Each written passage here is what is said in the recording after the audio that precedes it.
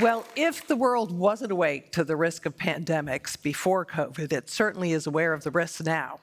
And Rasmus's firm, Airfinity, is trying to help us predict what's coming down the pike. Tell us a little bit more about Airfinity and what it is and what it does. Yeah, so fundamentally, first of all, it's great to be here. I'm really, really glad to be here. I actually started, just a little side note, I actually started my career in Danish politics and then have worked in disease surveillance and Biorisk for the last number of years. It feels a bit like things are coming full circle for me here today, so really pleased to be here. But we are fundamentally trying to build a disease forecasting company. So similar to, weather forecasting, financial forecasting, all other forecasting solutions, we don't actually have that in health.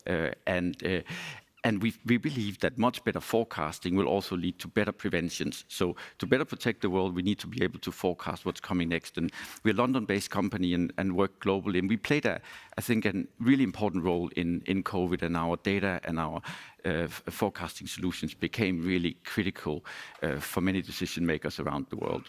Doesn't the WHO do this? Well, so, we can have a long discussion about WHO. I mean, the WHO does some of it. Part of the problem WHO has is it reliant on self-reporting from countries, right? And we all know that countries have strong incentives not necessarily to share the information they have. And also we know that WHO is also a very political organization where, often some decisions are made based on political consensus. So we believe there is a strong need for an independent data source, independent analytic source that can help all the world make better decisions. Well, where do you get your data? Well, we get it from multiple different sources. From countries publish something, hospitals publish. We also use wastewater and a lot of many different proxy data sources. There is right now a data revolution, right? A data explosion. We're producing so much also health data that we can use to build these forecasting solutions much better than it was previously possible. What trends are you seeing? Well, so I first wanted us to just take a little bit of a step back and look at how bad COVID actually was, because it's now behind us. We live our normal life. We don't really think about it as much. But COVID was such a big deal, right? 25 million people estimated lost their lives. I mean, that's an insanely high number. We have had very few global events in human history that comes anywhere near that. It really puts, and if you look at the economic damage, it goes in the 15 trillion. We're still suffering from that. So it really puts it in between, we tried to graph it up here, it puts it in between the First World War and the Second World War as in terms of impact. And I think it is the right way to think about pandemics. It is really on the par with a global, major global crisis. And then, many people would say, I have many policy makers come to me and said, okay, we get it. That was a big problem and, a major global disaster. But now we can wait 100 years because the last pandemic we had was in 1918, right? So we are now safe. But of course, it doesn't work like that. With a lot of the things we're seeing with climate change, globalization, but also synthetic biology, some of the themes for this conference, AI, the risk of a new pandemic is actually increased.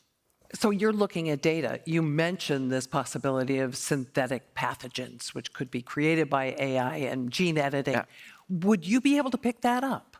So it is possible to detect what is a human-made virus versus a non-human-made. And I think actually from an impact perspective, of course, it matters hugely whether it was an attack or not. But from an impact and how we deal with it, it actually doesn't matter so much. We still need the same vaccines. And just put this number up here that what we estimate, and this is not only our estimate, it's also what insurance companies and others do, is that there is a 27.5% chance of a COVID-like pandemic in the next 10 years. Next 10 years. Yeah, so 27. Keep those masks. That's a high number, right? And also bear in mind that COVID, in some ways, it sounds crazy to say, but it was a mild pandemic to some ways. It could have gone much worse. So, for instance, we calculated what would have happened if Omicron, if you remember, Omicron was one of the later variants that then spread really fast and led to some of the second waves. If that had been the wild type, so if the first hit to the world had been Omicron, we'd have seen probably around 1% of the global population could have lost their lives to that. And now we have in the US, we have H5N1, right, the avian flu, which is spreading. And that would, if that goes to a global pandemic, that would be even worse because it has a higher case fatality rate. So I do see bird flu on your chart here. How big a risk does it pose, do you think? I think it's a very, very significant risk, right? It's now jumping from birds to cattle. There's to humans. Yeah, there's human cases. I think there's several hundred human cases. And again, we don't have a full surveillance solution, so we don't actually know how to fully monitor that. Many farmers are not, obviously not very incentivized to test their cows and report that. So you've got to find alternative ways to do that. But that is a very big risk that U.S. officials are very concerned about. That if this starts spreading, this could have also major election impact.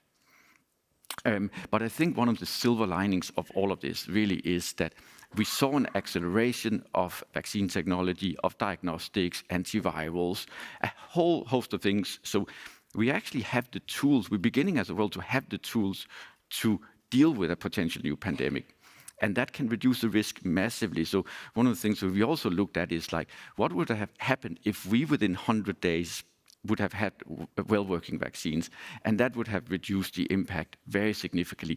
Vaccines in itself saved around 25 million lives. And we got them quicker than anybody expected we would, thanks to mRNA technology. We got them much quicker than we had hoped, but some got it even quicker. China, and we'll maybe get to that, but we can do it even quicker than that. And I think the 100-day mission, which is basically a goal of producing well-working vaccine within 100 days, that would be a really good cornerstone of pandemic response. If you can get people to take the vaccines, which has become a huge political issue in the States now. An anti-vaccine candidate running for president. So, I mean, absolutely. I mean, if you look, so one of the things that we've done for this summit is we looked at democracies. How well did democracies fare during the pandemic versus non-democracies or autocracies?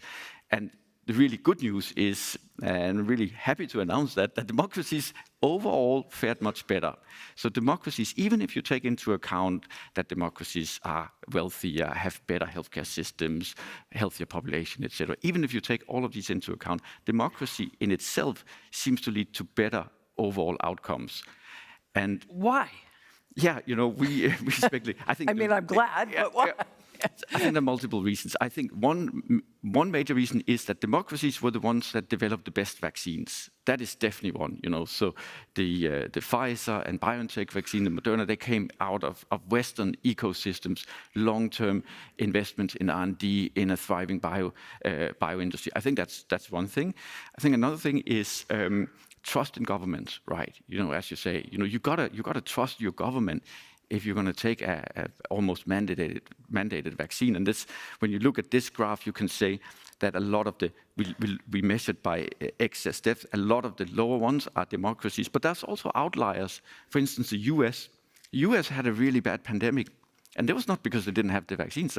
They had, they produced the vaccines, they had them available. But many places in the U.S. there was reluctancy to take the vaccines. The uptake was just too low. And there will be again.